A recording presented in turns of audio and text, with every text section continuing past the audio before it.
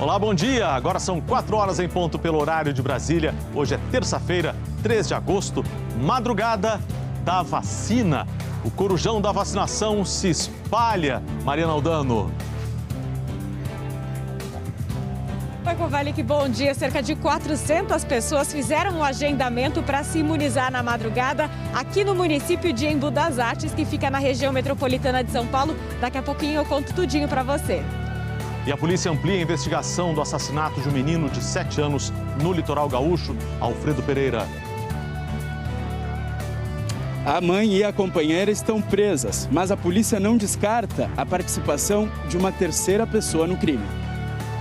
E o frio, Jaque, veio para ficar em grande parte do país? Pois é, Cova. Só no fim da semana a temperatura deve subir um pouco mais e até lá teremos ar frio por aqui. E frio que bate aqui, vento que bate lá, Jodar. Bons ventos em Tóquio para o Brasil. Teve medalha de ouro na vela e um bronze gigante no atletismo. É agora, é o Hora 1 no ar.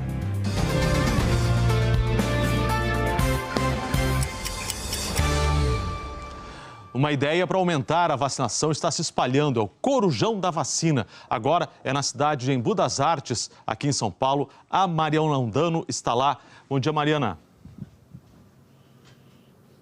Oi, Kovalik, bom dia para você, bom dia para todo mundo que está ligado com a gente no Hora 1. Esse corujão da vacinação aqui em Embu das Artes começou às 8 horas da manhã de ontem e vai até às 6 horas da tarde de ontem. Então é uma verdadeira maratona. 34 horas de imunização sem interrupção. Nessa madrugada, só aqui no drive-thru, cerca de 400 pessoas fizeram o agendamento. As pessoas também têm um outro ponto de vacinação disponível, que é um estádio que fica a mais ou menos uns 10 minutos daqui. O que a gente acompanhou nessa madrugada foi um movimento muito intenso, até mais ou menos umas 3h30 da manhã. Aí, a partir daí, deu uma tranquilizada, mas o pessoal disse que a partir das 5 horas da manhã esse movimento deve crescer de novo. Foram disponibilizadas para esse corujão 20 mil doses de vacina. É a primeira vez que o município de Embu das Artes faz uma iniciativa como essa. A gente acompanhou no mês passado que a cidade de Cotia, também aqui na Grande São Paulo, fez um corujão, iniciativa que foi replicada, que foi uma iniciativa de sucesso lá, que foi replicada por aqui. Então é isso, Kovalik, o pessoal está chegando aos pouquinhos nesse horário. Obrigado pelas informações. E o pessoal lá no corujão tá encapotado. Agasalhado, né? Porque tá um arzinho frio agora, mais cedo, né? Vai esquentar? Muita gente está se perguntando. Depende da região, tá? No centro-oeste, sim, esquenta. Já no sul e aqui no sudeste, não. E temos 2 motivos para isso. No sul tem uma nova alta polar e por isso tem até risco de geada na região. Esse aviso vale para essa área, tanto Rio Grande do Sul quanto Santa Catarina. Aqui em São Paulo tem uma baixa pressão, portanto temos aqui imagens ao vivo da capital paulista. Essa baixa pressão vai provocar chuva fraca, tá? Principalmente à tarde. Temos Marginal Pinheiros, temos Paulista e também temos Anhangamelo. Máxima de 17 graus. Para a gente finalizar, as mínimas aí na sua cidade, na sua capital. 8 em Porto Alegre, a mesma de Curitiba, 14 em Campo Grande e 17 em Cuiabá. As máximas, será que elas sobem um pouco mais? 18 em Porto Alegre, 27 em Brasília, 23 no Rio de Janeiro. Obrigado, Jaque. Passando a bola para o Jodar. E vamos direto para Tóquio com a nossa parceira de todos os dias aqui no Hora 1, a Carol Barcelos, porque hoje teve vento e eles foram bem favoráveis ao Brasil, né, Carol? Bom dia. Bom dia, Kovalik, Jodar. Bom dia para todo mundo no Brasil. O vento chegou trazendo muita alegria para a gente. Martine Grael e Kayana Kunze são bicampeãs olímpicas. Foi a 19ª medalha da vela em Olimpíadas, a 9ª da família Grael. E foi com emoção, viu, gente? Porque elas chegaram aqui na regata final, né, a regata da medalha, elas estavam na 2ª colocação. Terminaram essa regata em 3º na regata, porque o que elas precisavam fazer foi feito. Tinham que chegar à frente das holandesas e alemães para ficarem com ouro. E aí foi aquela festa brasileira, mais uma vez a vela trazendo muita alegria para a gente. E dizem que ali na dupla funciona assim, uma é a razão e a outra é a emoção, o que traz um grande equilíbrio, né? A Martine lembra mais o pai, o Torben Grael, que é muito estratégico, muito focado o tempo inteiro. Inclusive, a gente falou com ele logo depois da conquista delas. Ele estava super feliz, mas falou assim, mas elas não largaram tão bem, né? Bem no estilo do Torben. Já a Kayana, que chega com a emoção. E depois da conquista, foi uma boa combinação ali, viu, desses dois elementos, porque elas falaram sobre a preocupação com as próximas gerações, com o que vem aí na vela e na importância delas serem uma referência. Essa medalha mostra que a vela feminina no Brasil é capaz, sim. Basta, as meninas encontrarem uma boa dupla, uma boa parceria, porque, não sei, a gente tem meninas aí que já com a nossa última medalha abriram um horizonte e é isso que a gente quer, assim, né? A gente quer inspirar e trazer essa vela feminina como um legado, sabe? Então, espero que essa medalha traga mais futuras meninas na nossa vela. Que assim seja. Legal, a vela, que é a modalidade mais dourada do Brasil, 8º ouro da história. Amanhã em Tóquio foi boa para o Brasil também no atletismo. E as informações chegam à hora 1 com o repórter Edgar Alencar. Olha, que manhã também tivemos aqui no Estádio Nacional em Tóquio uma grande conquista, medalha de bronze para o Alisson dos Santos nos 400 metros com barreira. Foi uma prova muito forte e vou explicar por quê. O Alisson dos Santos chegou na terceira colocação com um tempo de 46,72, recorde sul-americano batido pela 6ª vez pelo brasileiro. E os dois que chegaram na frente do Alisson, Ray Benjamin, medalha de prata dos Estados Unidos, 46,17, também um recorde continental. E o ouro foi justamente para o norueguês Karsten Warholm com recorde mundial, ou seja, uma prova fortíssima, a geração mais forte da história dessa prova, dos 400 metros com barreira, e que legal poder dizer que um brasileiro faz parte dessa geração. Eu conversei com meu pai e com a minha mãe também antes da prova, uns dias antes, e falei que eu tô correndo por eles, pelo Gersão, louco pra voltar pro Joaquim da Barra, jogar um truco, gritar um 6 na orelha dele, rapaz. Eu não sei o que aconteceu, se aconteceu, eu não sei o que foi, eu sei que isso aqui é atletismo, só sei disso, porque sinceramente, acabou a prova, passei a linha de chegada, olhei pro telão, eu vi que eu tinha ficado em terceiro, olhei pro telão, vi 45, pensei que eu tava na prova errada. Não é possível que é 400 com barreira isso aqui, não. Você prometeu uma coreografia especial, vai dançar? Eu prometi, mas no momento, rapaz, esqueci, homem. Esqueceu? No momento, ixi, como é que lembra? Vai chegar. Daqui a pouco tem pode, daqui a algumas horas. Já imaginou? É você que vai fazer amanhã, a bandeira não? subir. Hoje à noite. Sim. Cerimônia de pode. Ah, então é hoje. Então é hoje. É hoje, tem que ir lá tomar banho e trocar de roupa. É nosso, familiar. Fique com Deus, tchau. Obrigado. Valeu, chefe. E a seguir, outras notícias da Olimpíada de Tóquio ao vivo. E ainda, o Tribunal Superior Eleitoral abre inquérito sobre ataques às eleições e inclui o presidente Bolsonaro no inquérito das fake news. Agora, 4h08, Tóquio brilhando na sua tela. Fique com Hora 1.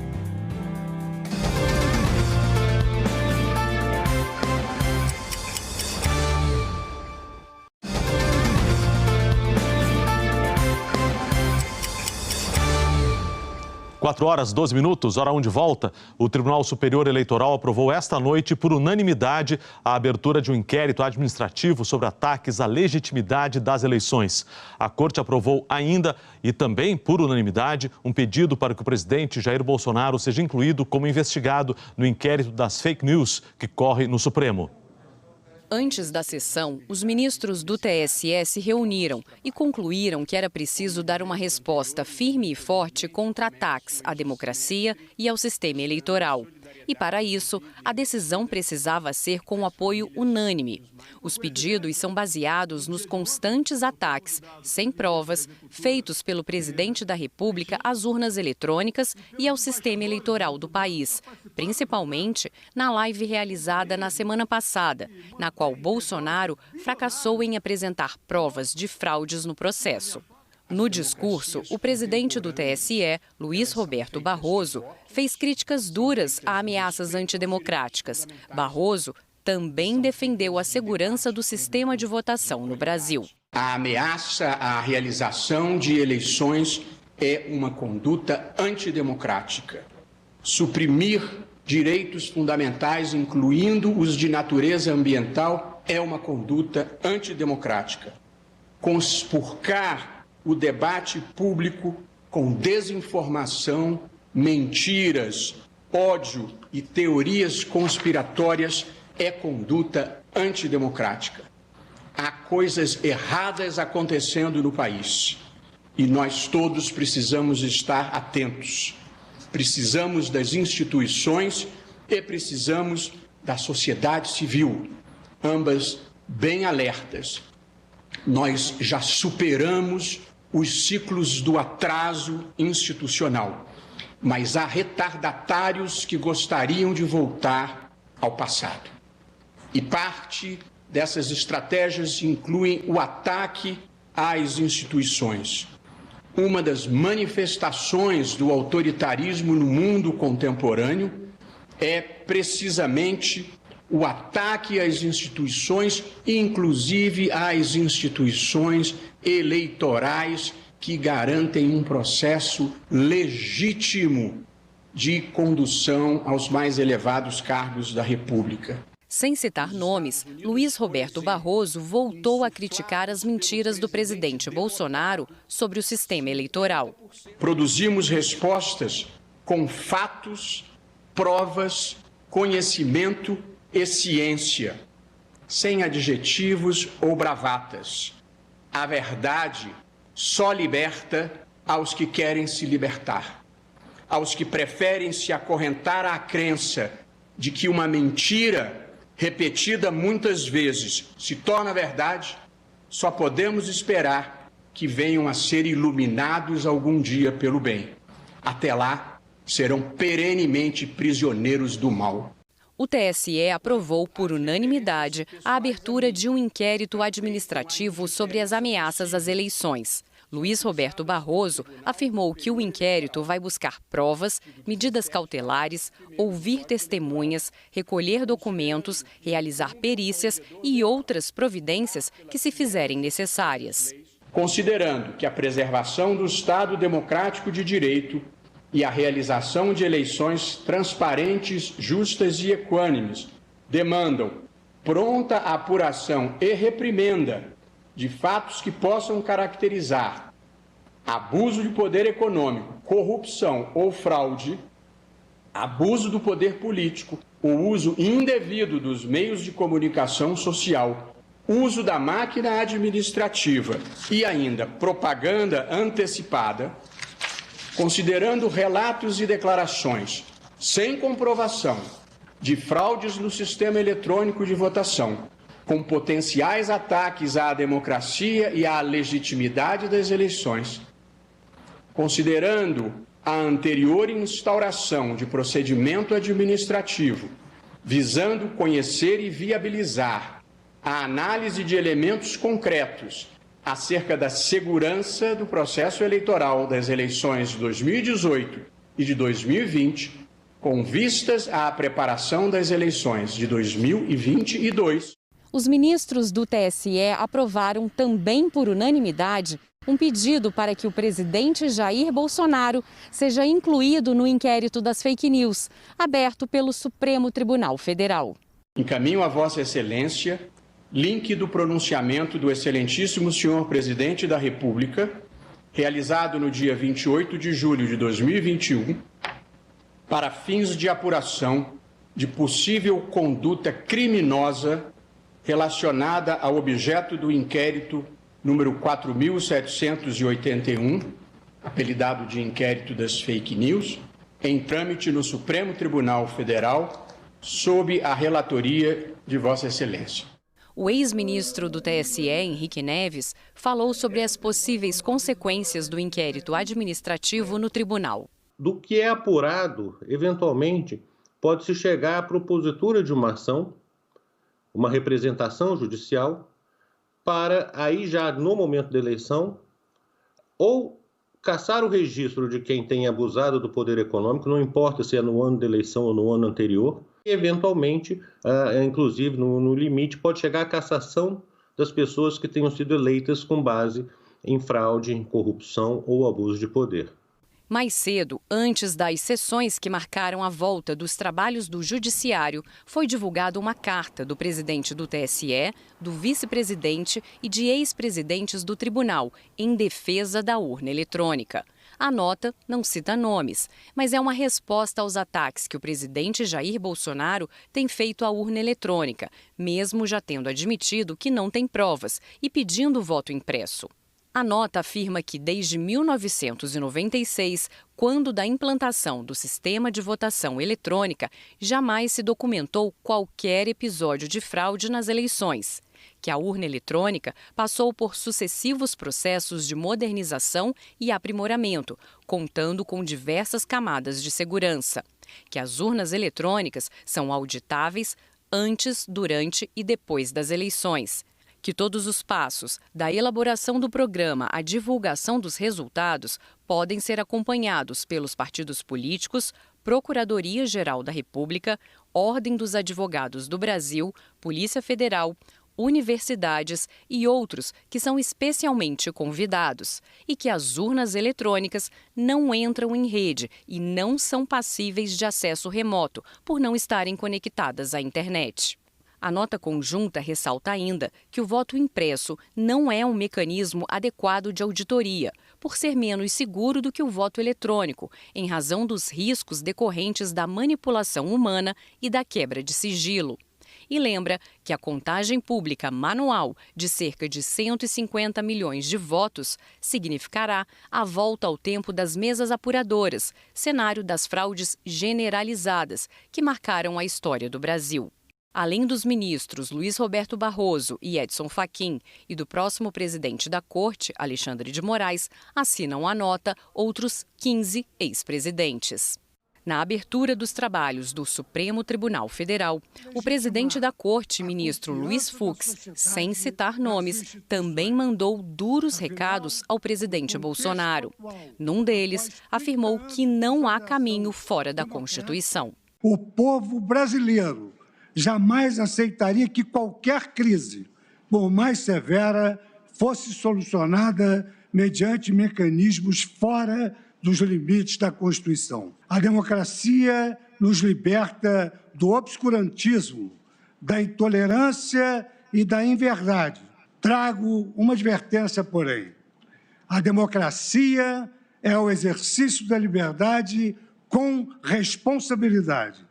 Luiz Fux salientou o papel de cada setor na manutenção da democracia: sociedade civil, imprensa, atores políticos, magistrados e instituições, e falou sobre a importância da imprensa, alvo de constantes ataques do presidente. Cada um dos autores contribui, a seu modo, para a necessária proteção do Estado Democrático de Direito nos limites das normas constitucionais. Os cidadãos e a imprensa questionam, criticam, erguem contundentemente seus pontos de vista, propõem novos direitos, denunciam e aplaudem, e devem ser respeitados por isso.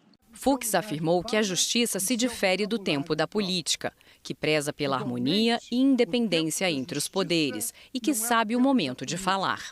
Embora diuturnamente vigilantes para com a democracia e as instituições do país, os juízes precisam vislumbrar o momento adequado para erguer a voz diante de eventuais ameaças. Afinal, numa democracia, juízes não são talhados para tensionar. Em um dos recados mais contundentes ao presidente Bolsonaro, afirmou que não haverá impunidade a quem desrespeitar as instituições e que o Supremo está atento aos ataques e mentiras disparadas contra integrantes dos poderes. A harmonia e a independência entre os poderes não implicam impunidade de atos que exorbitem o necessário respeito às instituições. Permanecemos atentos aos ataques de inverdades à honra dos cidadãos que se dedicam à causa pública. Ferem não apenas biografias individuais, mas corroem sorrateiramente os valores democráticos consolidados ao longo de anos. O presidente do STF lembrou, por fim, o desejo dos brasileiros, que, segundo ele, querem o diálogo e a democracia. O brasileiro de hoje clama por saúde, paz, verdade e honestidade. Não deseja ver exacerbados os conflitos políticos. Quer a democracia e as instituições em pleno funcionamento. Não quer polarizações exageradas. que é vacina, emprego e comida na mesa. Saibamos ouvir a voz das ruas para assimilarmos o verdadeiro diálogo que o Brasil, nesse momento tão sensível, reclama e deseja. Nós procuramos o Palácio Planalto para comentar esses fatos todos, mas ainda não obtivemos resposta. Jodar. Kovalik, daqui a pouco, às 5 da manhã, tem seleção brasileira em campo com a disputa das quartas de final. E direto de Kashima, o Eric Faria participa agora do Hora 1. Boa tarde para você, Eric. Olha, essa seleção do México, ela deve dar trabalho para o Brasil, certo? Boa tarde. Oi, Kovalik, bom dia para você, bom dia, Jodar, bom dia para todo mundo aí no Brasil. Sim, respondendo a sua pergunta, Jodar, deve dar trabalho em tese, porque tem um time bastante ofensivo, tem o melhor ataque das Olimpíadas até o momento, marcou 14 gols em 4 jogos, 7 jogadores diferentes marcaram, enfim. Então, parece ser um time que vai tentar agredir o Brasil, diferentemente dos últimos adversários que acabaram defendendo mais. A seleção brasileira está escalada, conforme a gente foi dizendo nos últimos dias, né? O Matheus Cunha, camisa 9, não tem condições mesmo de jogar, ele sofreu uma contratura muscular na perna esquerda na partida contra o Egito e será substituído pelo Paulinho, formado no Vasco, que atua no Bayer Leverkusen, que vem sendo um jogador muito utilizado também pelo André Jardine, inclusive fez o 4º gol do Brasil contra a Alemanha na abertura dos Jogos Olímpicos, está super entrosado com o time, enfim, acho que a seleção brasileira nesse ponto não vai perder tanto, até porque Paulinho, Richarlison, Antony, Claudinho se conhecem super bem. Ali na frente a gente lembra que o Brasil perdeu em 2012 as Olimpíadas para o México, né? O México foi medalha de ouro, o Brasil foi medalha de prata. Nos últimos Jogos Olímpicos, o Brasil foi medalha de ouro. Então, daqui a pouquinho teremos aqui o confronto entre os 2 últimos campeões olímpicos e o Brasil tentando chegar pela 3ª vez seguida a uma decisão dos Jogos Olímpicos. Vamos torcer, não é isso, Jodar, Kovalik? Grande dia para vocês. Um abração, tá? Legal, obrigado. Vamos torcer, que venha a vitória e a revanche. Se Deus quiser, vamos torcer. E veja depois do intervalo, ao vivo, as últimas informações sobre a Olimpíada de Tóquio. Agora são 4h26. Olha Tóquio na sua tela aí, gente. Fique ligado, fique aqui no Hora 1.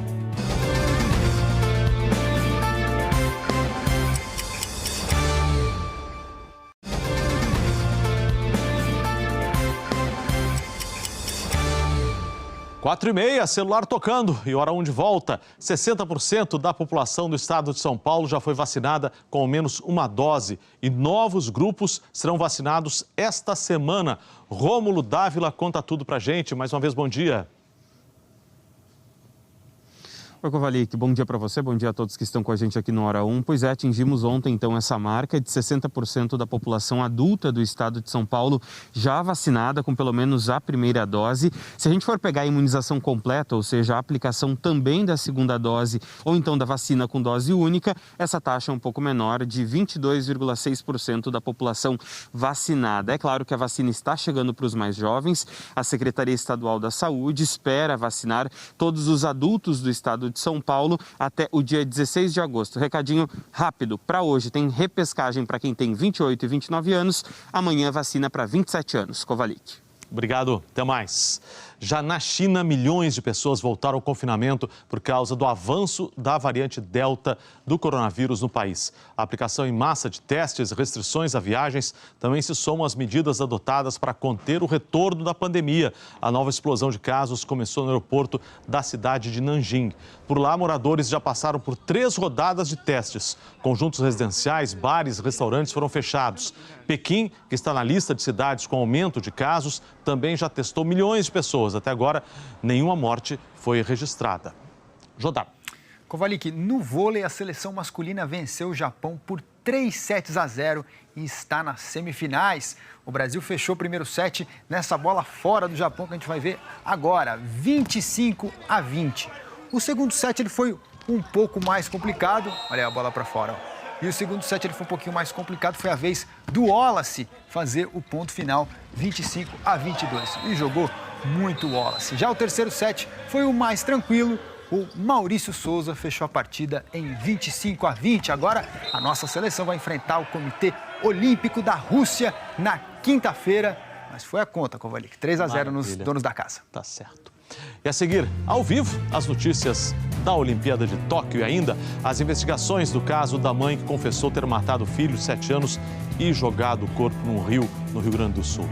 Agora, 4h33, mais uma vez, Tóquio iluminando a sua tela. Fique aqui no Hora 1.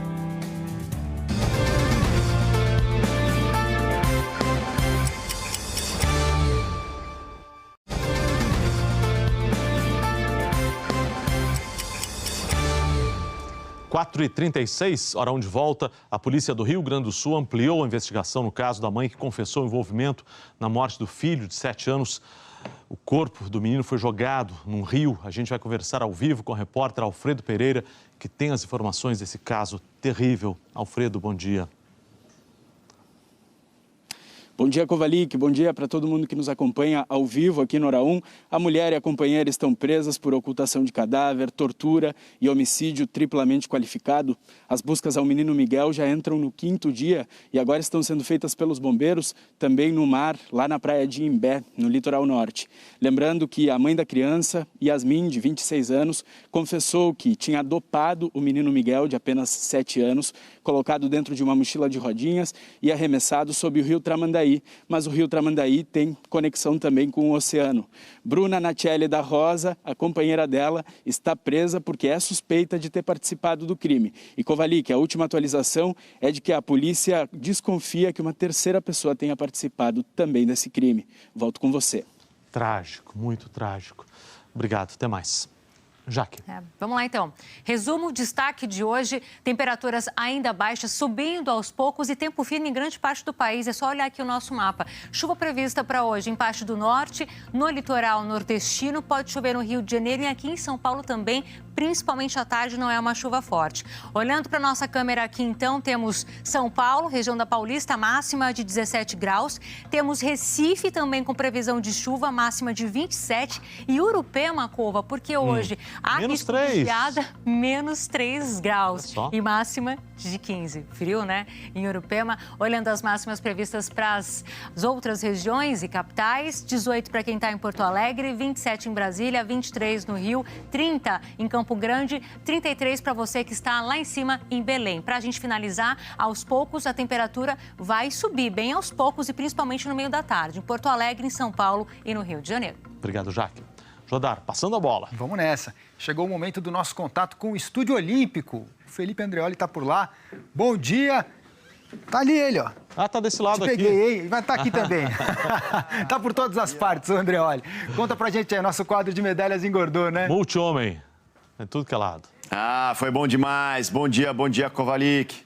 Bom dia, Jodar. Vamos direto então pro quadro de medalhas, porque a gente botou mais 2 na conta. A gente sabe que tem outras no boxe chegando também. Mas, ó, a China continua liderando o quadro de medalhas com 7 ouros de vantagem para cima dos Estados Unidos. 29 de ouro, 63 no total. Estados Unidos com 22 de ouro, 66 no total. O time da casa, o Japão, 18 de ouro, 34 no total. A Austrália, 14 de ouro, 33 no total. E o Brasil, 17º. Botamos mais um bronze, botamos mais um ouro, 3 de ouro, 3 de prata e 6 de bronze. Agora, vamos então para a nossa agenda do dia. Tem muita coisa, pode pintar muita medalha. Atenção, hein? Ó, daqui a pouquinho o Galvão Bueno, Caio e Júnior vem com o Brasil e México, semifinal do futebol masculino. E aí, a partir das 5h15 vem o boxe. Com a Bia Ferreira, se ganhar quartas, já é medalha. O Wanderson Oliveira também nas quartas, a mesma coisa. O Abner Teixeira agora está decidindo qual vai ser a cor da medalha, ele que está na semifinal. 5h50, ginástica artística é a trave de equilíbrio com a Flavinha Saraiva na disputa. Lembrando que dessa vez teremos Simone Biles na parada. Simone Biles vai disputar a competição. E aí, para fechar aqui o nosso menu, a gente tem 8h30, atletismo. É o Thiago Braz em busca do biolímpico no salto com vara. Este é o nosso dia de hoje, aqui esta manhã, Kovalik, Jodar. Pode pintar mais medalha por aí, hein? Opa, se Deus quiser, vai. Gente, o Hora 1 fica por aqui, mas... Para você rever tudo que a gente mostrou aqui no Hora 1, passa lá no Globoplay, porque amanhã, Jodar, tem mais. Amanhã tem mais Hora 1 e agora, na sequência, tem mais Olimpíada, então fique ligado. E lembra daquela música, Vento, Ventania, que nos leve às portas do céu? Pois que nos leve a mais ouros, a mais medalhas, a mais bronzes fantásticos, como esse do atletismo. Gente, que seja um dia medalhado iluminado. Até mais.